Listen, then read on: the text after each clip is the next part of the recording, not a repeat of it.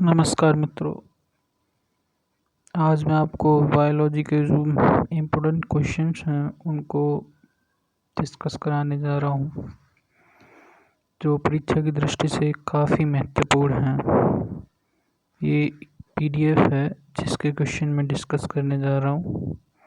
तो चलिए दोस्तों, पहला क्वेश्चन है, मनुष्य के जीवन काल में कितने दांत जो हैं 2 बार विकसित होते हैं? तो मनुष्य में कुल दांतों की संख्या होती है 32, जिसमें से 2 बार जो दांत निकलते हैं उनकी संख्या 20 है। बाकी 12 दांत जो हैं वो जीवन में एक बार निकलते हैं। दूसरा क्वेश्चन है, मानव शरीर में पाचन का अधिकांश भाग किस अंग में संपन्न होता है?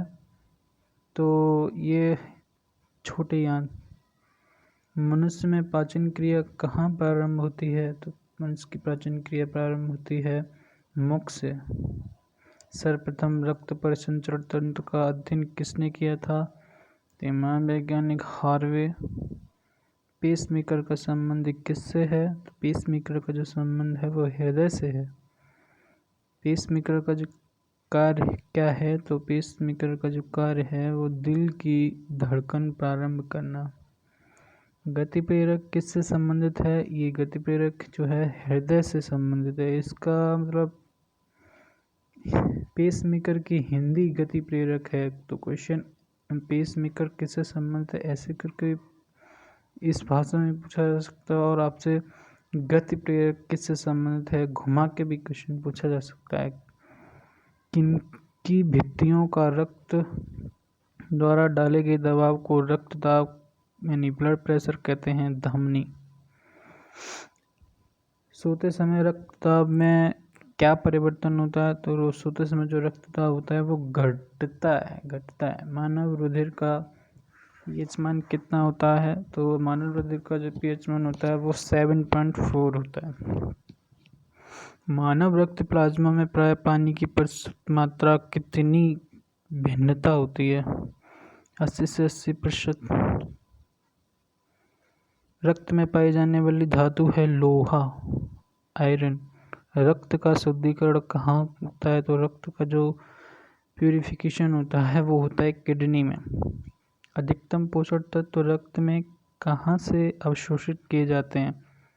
तो जो रक्त में जो अधिकतम पोषक तत्व होते हैं वो स्मॉल इंटेस्टाइन, छोटे यहाँ से अवशोषित किए जाते हैं।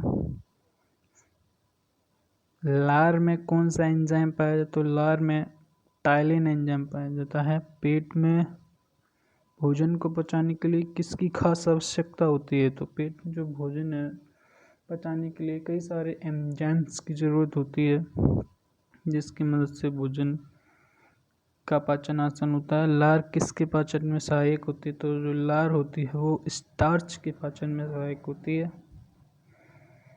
मानव के आमाशय में अम्ल X उत्पन्न होता है जो भोजन के पाचन में सहायता करता है। X क्या है? तो X हाइड्रोक्लोरिक अम्ल है। क्रेब्स चक्र में किसका संश्लेषण होता है? तो क्रेब्स चक्र में दोस्तों पाइरुविक अम्ल का संश्लेषण होता है।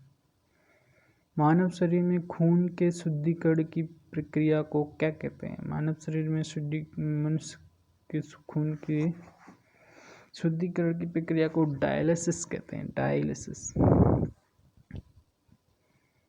पेप्सिन बदल जाता है प्रोटीन क्या कर देता है? पेप्सिन का कार्य क्या है? ये प्रोटीन को पॉलीपेप्टाइड में बदल देता है।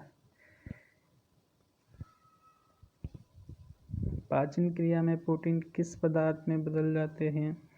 तो पाचन क्रिया में प्रोटीन जो है वो अमीनो अम्ल में बदल जाता है। वह अंग कौन सा है जो मानव शरीर में ग्लाइकोजन के रूप में कार्बोहाइड्रेट को जमा करता है?